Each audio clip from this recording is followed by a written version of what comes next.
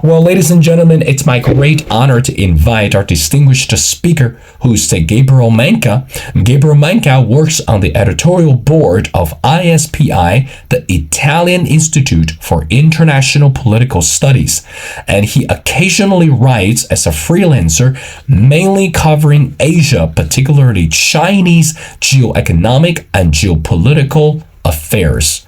Well, Gabriel, and welcome to The Missing Piece, and hello to all your friends in Italy. Hello, Will, and thank you for having me.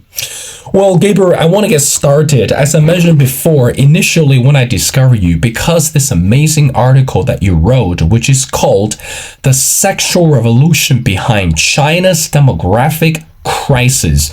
Let's get to the first question. As I mentioned in the intro, we know that previously China elevated this one-child policy so hard and so critical. But if I'm not mistaken, back in 2016, that this policy was abolished and allowing couples to have more children. But if we look at the reality today, the younger generations are now buying into this change, and we continue to see the decline of the population. What gives and what are the major hurdles prevent younger generations from building or extending their family members? What do you say to that?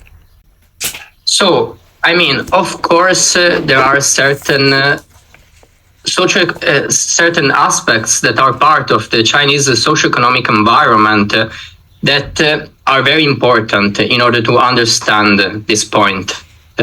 Like today, China is one of the countries where it is most expensive to raise a child, and of course, this is a very important point because there are many youth that grow up as only children, and so they have also to think about taking care of their parents once they start getting older. And so the idea to also have a family, a big family, so one child or more than one child, of course, is something that can be very expensive and becomes even more burdening, since they have to take care also of their parents. And so this is, of course, a very central point. Then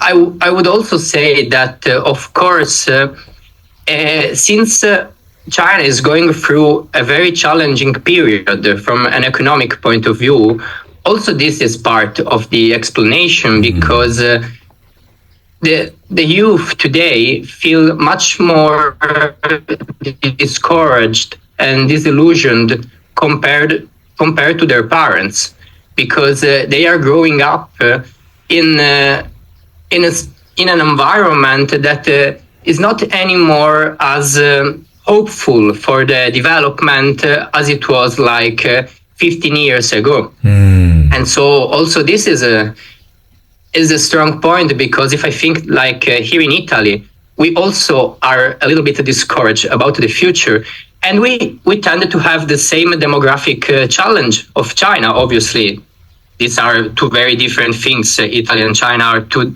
completely different countries, and this is not the point. But what I would like to say is that when the future is not does not appear to be that bright, you tend to focus more on the present and not be so prone to make long run projects, I would say. But then, of course, there are the effects of the one child policy. And when I say the effects of the one child policy, I'm not referring to like the direct consequences of the one child policy. So obviously, since the one child policy has limited the possibility to have a child, of course the population has diminished. But I'm referring to all the externalities and all the side effects and all the forces that have been unleashed by the one-child policy that were not expected from the party. But of course, it's quite impossible to predict how an unprecedented social experiment is going to be. So there are a lot of consequences that were not expected. One of these is, of course, the sexual revolution, because in a certain sense, the sexual revolution is a direct consequence of the one-child policy, because once sex is no longer tied to reproduction, because you cannot have more than one child. There are a lot of dynamics that start to change how people understand the sexuality, of course, and obviously this also affects all the traditional institutions, such as marriage, that as the data shown seem to suffer a negative decline. There are fewer and fewer Chinese people of the new generation that decide to get married, and I think that this is a consequence of what I have mentioned before. So, like the fact that Chinese people tend to be a little bit more disillusioned, but at the same time, obviously, is also part of a great change that the Chinese society is experimenting after more than 30 years of birth control. Gabriel, I want to continue our conversation. Again, in the article that you mentioned something quite interesting, which is called more free but less productive sex. Now, if I'm not mistaken, this morning, a fresh report came out that talking about the younger generation today in China, this is how they're seeing this modern marriage. Young people will get married, but they have no children. They have no sexual activity whatsoever between the couple legally.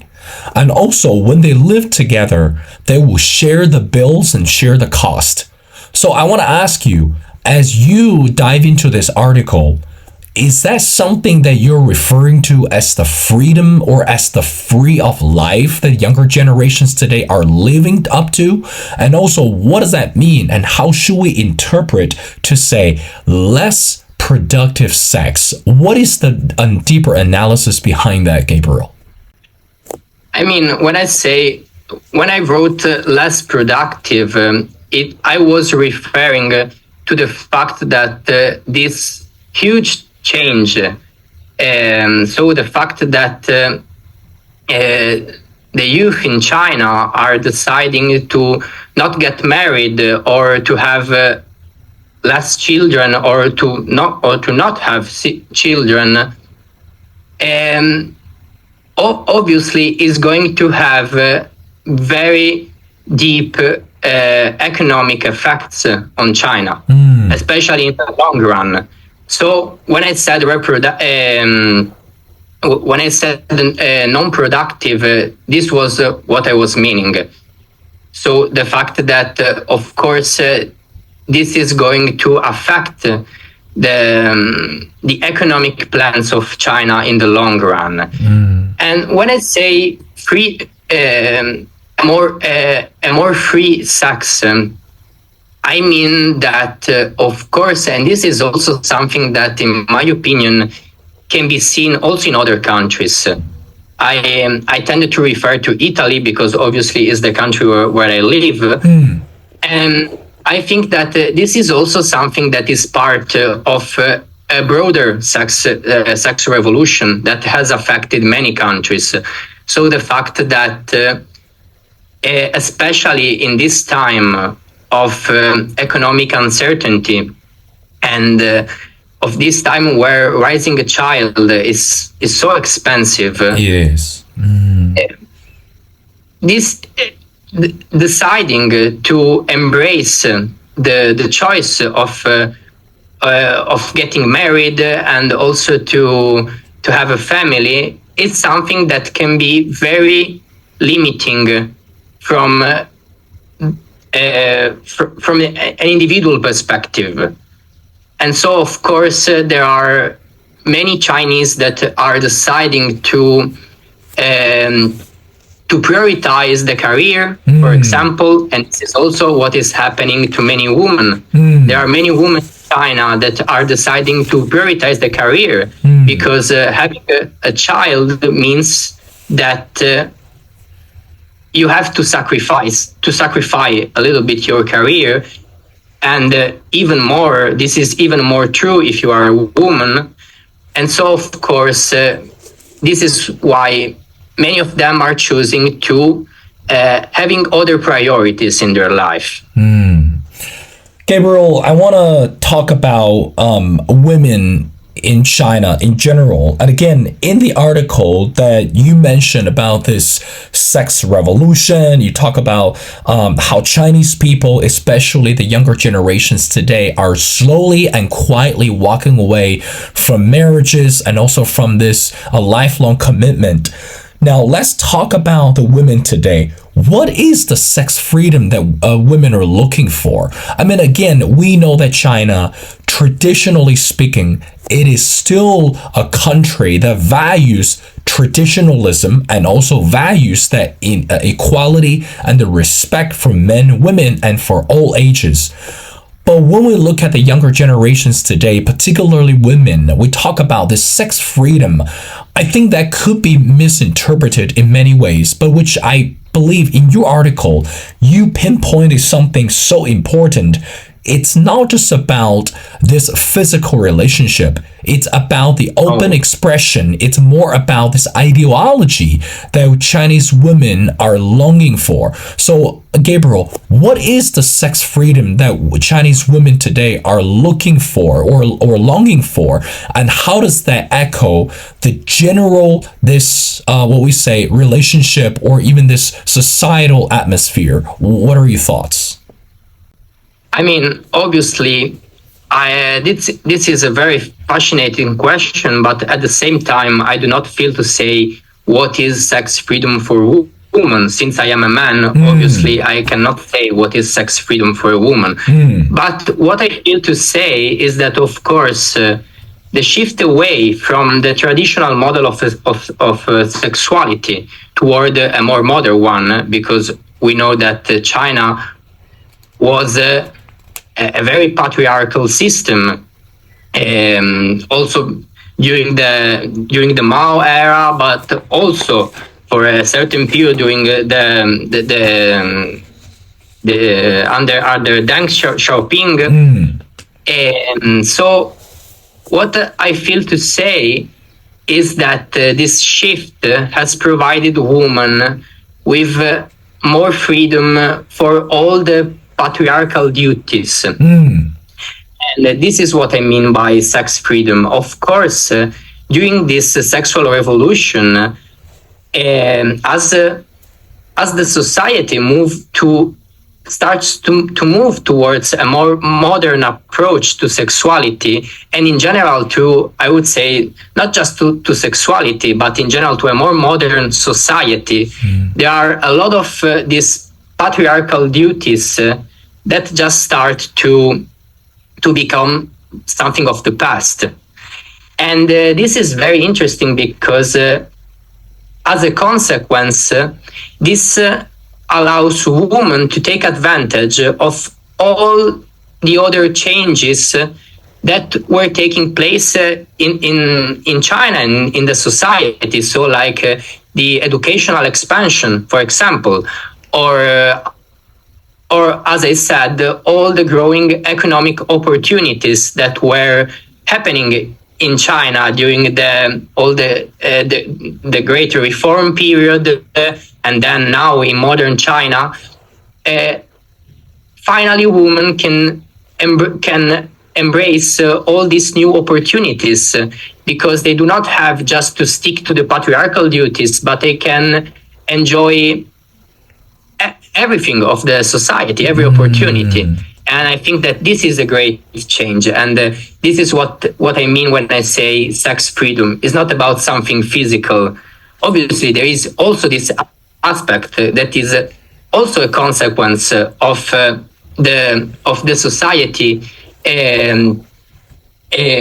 moving towards another model, and to the fact that when sex is not anymore tied to reproduction, of course there are many aspects of sexuality, also from a physical point of view, that starts to be allowed and starts to become normal and not anymore something so strange as it may have been in the past. But this was not my central point. When I talked about sex freedom, what I wanted to say is that there are this a freedom of choice, of choosing whether I want to build a family, to get married, or whether I want to enjoy my life as an individual and enjoy all the many opportunities that I can have in my career and other things. Well, Gabriel, I got two more questions before letting you go. Let's talk about another major issue which is concerning to the Chinese society related to aging population. I mean, again, right now we're looking at the reality, as you and we discussed previously, younger generations today are living in a different lifestyle compared with the previous generations. Now, with that said, just because the younger generations today are less productive in terms of family building and also honoring this traditional value, that leaves a big loophole for someone or for people to take care of the aging elders. Now, how much do you think that the aging population today is becoming more and more severe to the Chinese society? And why do you think that this is so critical for the world to understand that this could be one of the major issues also tied to the economic unpredictability in China? Your thoughts? I would say that this is, of course, a huge issue for China, and is projected to worsen also in the long run if nothing is going to change, because what we are seeing today is that the party is proving very difficult to reverse the effects of the one-child policy. And so if the demographic decline will continue, of course, this is going to be a huge problem for China in the long run. In fact, I would say that China is in a very peculiar position that can be defined as growing old before getting rich. This is an expression that is very often used to describe the situation of China, because, from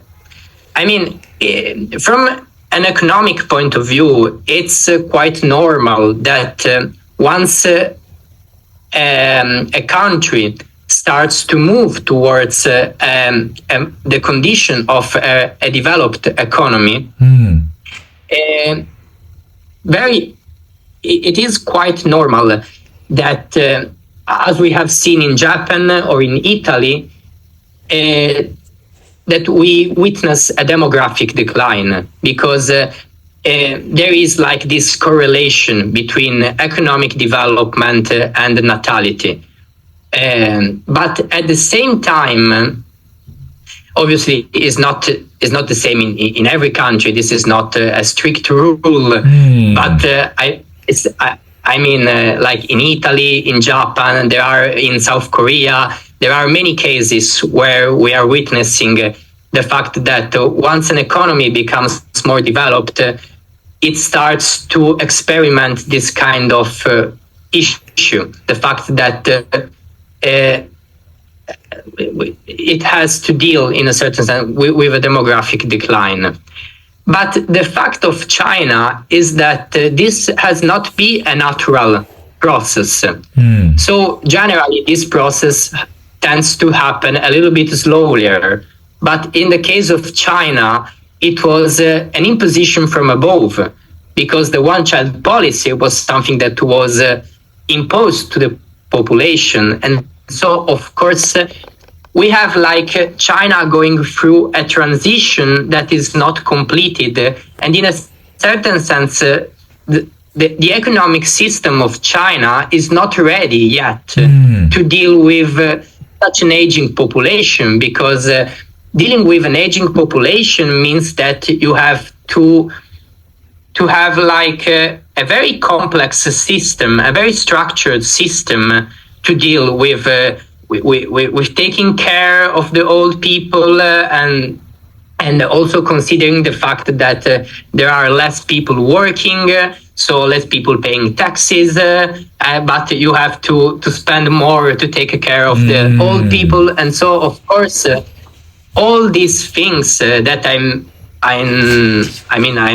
also putting this thing in a very simplistic way. I would say, I don't know if simplistic, in una maniera molto semplicistica, direi io, nel senso è un po' superficiale, a little bit superficial. Obviously, it's much more complicated than this.